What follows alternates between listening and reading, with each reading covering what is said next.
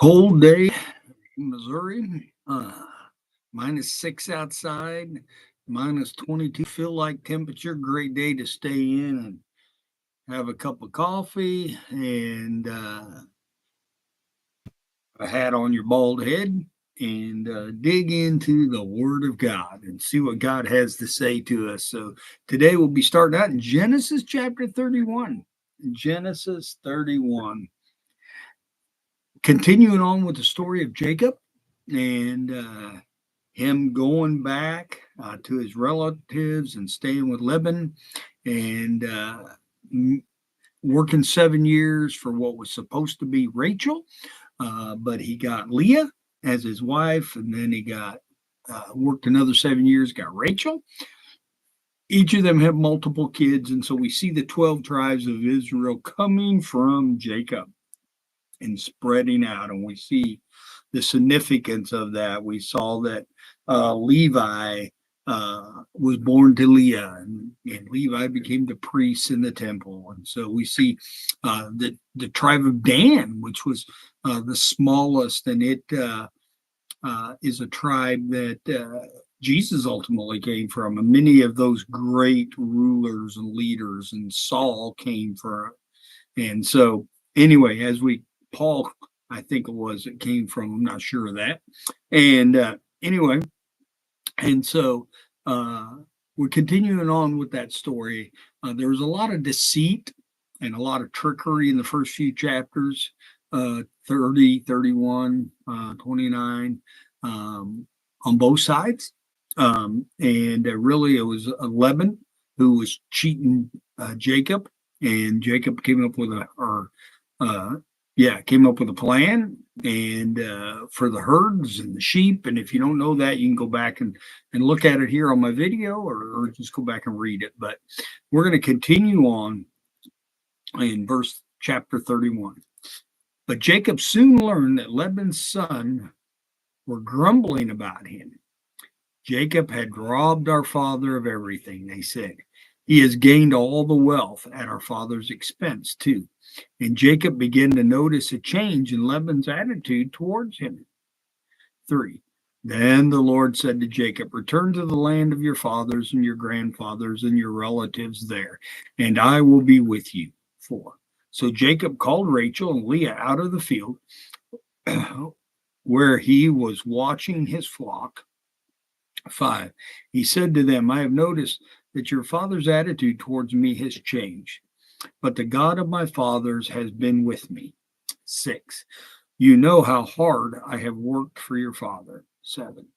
But he has cheated me, changing my wages 10 times. But God has not allowed him to do me any harm. 8. For he has said, the speckled animals will be your wage, and the whole flock began to produce speckled young. And then he changed his mind and said, the striped animals will be your wage. Then the whole flock produced striped young. 9. In this way, God has taken your father's animals and give them to me. 10. One time during the mating season, I had a dream, and I saw a male goat mating with a female, and they were speckled and spotted. 11.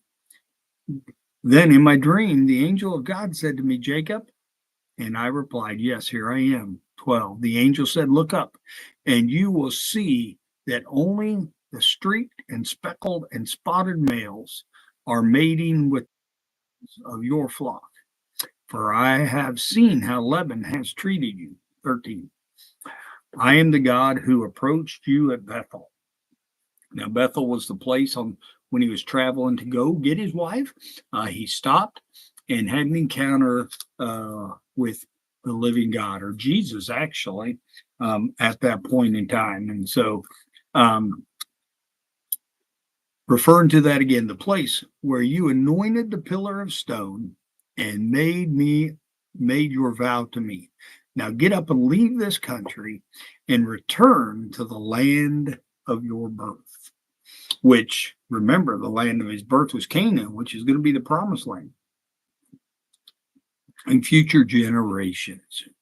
14. Leah and Rachel responded, "That's fine with us. We won't inherit any of our father's wealth anyway." 15. "He has reduced our rights to those of foreign women. And after he sold us, he wasted the money you paid for us. All the wealth God has given you from our father legally belongs to us and our children. So go ahead and do whatever God has told you." 17. So Jacob put his wives and children on camels, and he drove all his livestock in front of him. He packed all his belongings that he had acquired in Paran and set out to the land of Canaan, where his father Isaac lived. 19. At that time, they left Laban with some distance away, shearing his sheep. Rachel stole his father's household idols and took them with her. 20. Jacob outwitted Laban and Amram, and they set out secretly and never told Laban they were leaving. 21. But Jacob took all his possessions with him and crossed the Euphrates River, heading to the hill country of Gilead. 22. 3 days later, Laban was told that Jacob had fled.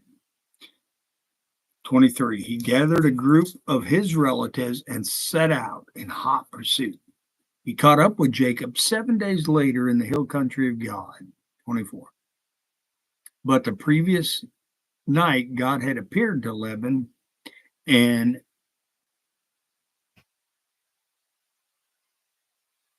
dream told him, "I'm warning you, leave Jacob alone." 25. Laban caught up with Jacob as he was camping in the hill country near Gad, and he set up a camp not far from Jacob. 26. "What do you mean by deceiving me like this?" Laban demanded. "How dare you drag my daughters away like prisoners of war?" 27. "Why did you slip out secretly? Why did you deceive me? And why didn't you say you wanted to leave?" A series of very important questions there. Why did you slip away secretly? Why did you deceive me? And why didn't you say you wanted to leave? "I would have given you a farewell feast and sang music accompanied by the trombones and the harps." And then we see another question. "And why didn't you let me kiss my daughters and grandchildren and tell them goodbye?" "You have acted foolishly." 29. "I could destroy you, but the God of your fathers appeared to me last night and warned me, leave Jacob alone." 30. "I cannot understand your feelings that you must go and your intentions longing for your father's home. But why have you stolen my gods?" Interesting question there, right? Why have you stolen my gods? 39. 31.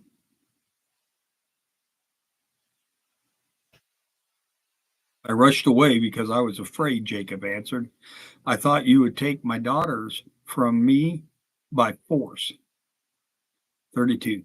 "But as for your gods, see if you can find them, and let the person who has taken them die. And if you find anything else that belongs to you, identify it before all of these relatives of yours, and I will give it back." But Jacob did not know that Rachel had stolen the household idols. 33. Now remember, he went back to his home country and his homeland to get a wife who was like him and believed like him. And yet here we see that the gods in the house, always a problem with Israel, the nation. They always had multiple gods. Though God told Moses, I am the one and only. And yet they continued to worship multiple gods, which continued to cause them distress and problems, as we'll see here. You know, the same is true in our lives. We try to worship many gods. Sometimes it's a god of self. Sometimes it's a God of pride. Sometimes it's a God of possessions. Sometimes it's a God of wealth. And we put all these things before the living God.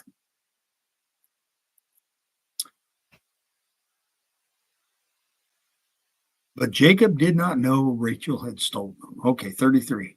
Laban went first into Jacob's tent. He searched there. Then Laban went into the tents of the two servant wives, but he found nothing. Finally, he went into Rachel's tent. 34. But Rachel had taken the household idol and hidden them in her camel saddle, and now she was sitting on them. When Laban had thoroughly searched her tent without finding them, 35, she said to her father, "Please, sir, forgive me if I don't get up for you. I am having my monthly period." So Laban continued his search, but he could not find the household items. 36. Then Jacob became very angry and he challenged Laban. "What's my crime?" he demanded. "What have I done wrong to make you chase me as though I were a criminal?" 37. "You have rummaged through everything I own. Now show me what you found that belongs to you. Set it out here in front of us before our relatives, and all can see. Let them judge between us." 38. For 20 years I have been with you, caring for your flock. In all the time, your sheep and goats never miscarried. In all these years, I have never used a single ram of yours for food. 39. If any were attacked and killed by wild animals, I never showed you the carcass or asked you to reduce your count of your flock. No, I took the loss myself. You made me pay for every stolen animal, whether it was taken in broad daylight or in the dark of the night. 40. I worked for you through the scorching heat of the day and through the cold and the sleepless nights. 41. Yet for 20 years I slaved in your house. I worked for 14 years, earning your two daughters, and then 6 more years for your flock. And you changed my wage 10 times. In fact, if God is my father, had been on my side, the God of Abraham and the fearsome God of Isaac, you would have sent me away empty handed. But God has seen your abuse and my hard work. And this is why he appeared to you last night to rebuke you. See, the Lord notices the hard work. God knew the persecution, God knew the problem, God knew what was going on, and he protected his people. He still does that today. There's nothing that gets by the side of God. And we have to realize that, and he will protect us. We don't have to fight those battles. God will. We just have to trust him. Let's look. Then Laban replied to Jacob, "These women are my daughter. These children are my grandchildren, and the flocks are my flocks. In fact, everything you see is mine. But what can I do now about my daughters and their children?" 44. So come, let's make a covenant, you and I. It will be a witness of our commitment. So, 45. So Jacob took up stones, set them up as a monument. 46. Then he told his family members, "Gather some stones." So they gathered stones and piled them in a heap. Then Jacob and Laban sat down beside the pile of stones and ate a covenant meal. 47. To commemorate the event, Laban called the place, which means witness pile in Aramaic. Then Jacob called it Gilead, which means witness pile in Hebrew. 48. Then Laban declared, "This pile of stone will stand as a witness to remind us of the covenant we have made together today." This explains why it is called Gilead, witness pile. 49. But it was also called which means watchtower. Then Laban said, may the Lord keep watch between us, to make sure that we keep this covenant when we are at out of each other's sight. 50. If you mistreat my daughters, or if you marry other wives, God will see it, even if no one else does. He is a witness to this covenant between us. He's worshiping idols, but he's believing in God. Isn't that the way we do it? We want to use God when it works out best for us. The rest of the time, we want to worship these false things that go on. 51. But this pile of stones, Laban continued to see this monument I have set between us. 52. They stood between us and witnessed our vow. I will never pass this pile of stone to harm you, and you must never pass this pile of monument harm me. I call on the God of our ancestors, the God of our grandfather Abraham, and the God of my grandfather Nephor, to serve as judge and witness. So Jacob took the oath before the fearsome God of his father Isaac to respect the boundary line. 54. Then Jacob offered a sacrifice to God there on the mountain and invited everyone to the covenant feast. After they had eaten, they spent the night on the mountain. 55. Laban got up early the next morning, kissed his grandchildren and his daughters, and blessed them. Then he left and returned home. Now we're going to continue into verse 32 because things are going to get happening again.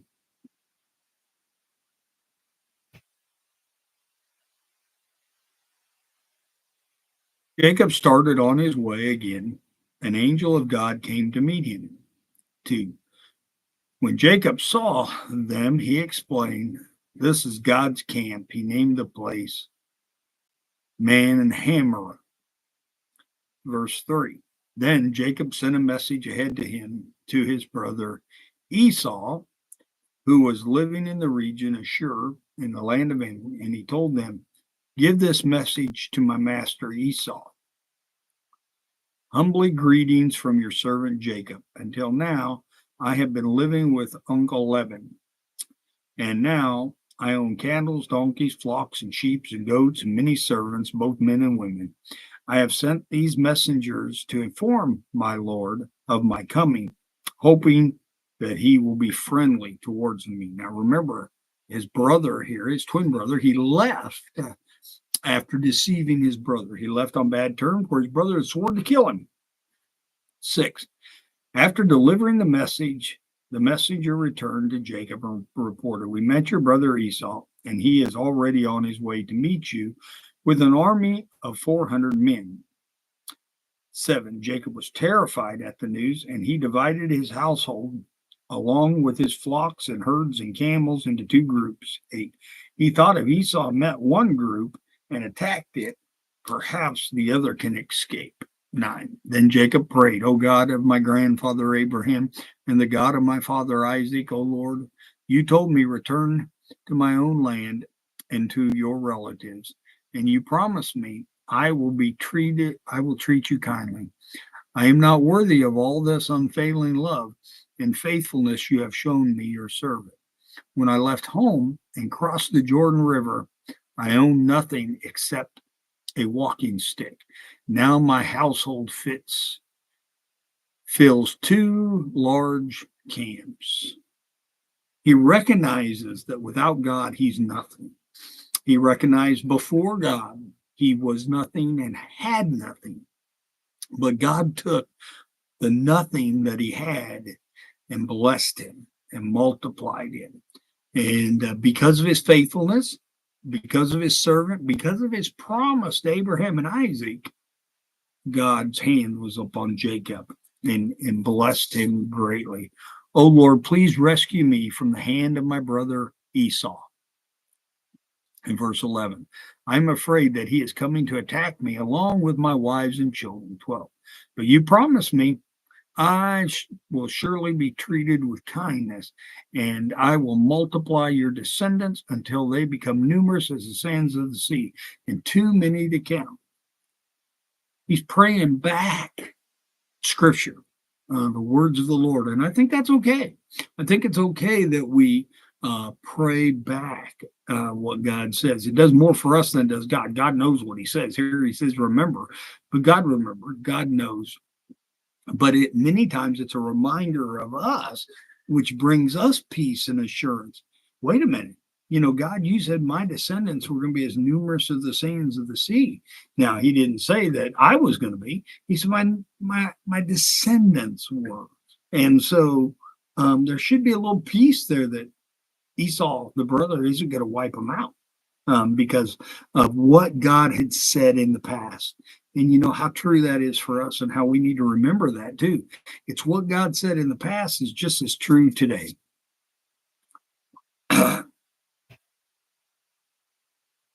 Verse 13, Jacob stayed where he was for the night. Then he selected these gifts from his possession to present to his brother Esau. 14, 200 female goats, 20 male goats, 20 ewes, 20 rams, 200 ewes, 20 rams, 30 female camels with their young, 40 cows, 10 bulls, 20 female donkeys, 10 male donkeys, 16. He divided these animals into herds and assigned each different servant. Then he told his servants, go ahead of me with the animals, but keep some distance between the herds. 17. He gave these instructions to the men leading the first group. When my brother Esau meets you, he will ask, whose servant are you? And where are you going? Who owns these animals? 18. You must reply, they belong to your servant Jacob, but they are a gift for his master Esau. Look, he is coming right behind us. Jacob gave these same instructions to the second and the third herdsmen and to all who follow behind the herds. You must say the same thing, Esau, when you meet him. And be sure to say, look, your servant Jacob is right behind us. Jacob thought, I will try to appeal him by sending gifts ahead of me. When I see him in person, perhaps he will be friendly to me. 21. So the gifts were sent ahead while Jacob himself spent the night in the camp. 22. During the night, Jacob got up and took his 2 wives, his 2 servant wives, and his 11 sons, and crossed the Jabbok River with them. 32. 23. You say 11 sons. Aren't there 12 tribes? The 12th one hasn't come yet. That doesn't come until later on after Joseph's taken. But he will. So right now there's the 11 tribes of Israel. But there will be another one. 24. Then Jacob all alone in the camp, and a man came and wrestled with him until dawn began to break. 25. When the man saw that he would not win the match, he touched Jacob's hip and wrenched it out of its socket. 26. Then the man said, let me go, for the dawn is breaking. But Jacob said, I will not let you go unless you bless me. 27. What is your name? The man asked. He replied, Jacob. 28. Now look, this is important. Your name will no longer be Jacob, the man told him. From now on, you will be called Israel, because you have fought with God and with man and have won. So we see something really, really changing here. The name Israel. The people Israel was now born because of this moment and this time. And much of the time when we read forward now, we'll talk about Israel the guy, or we can talk about Israel the nation. but all are God's children, and they are the church of the time. And so that's very relevant and important to remember, because many times God is talking to the church as we continue on. 29.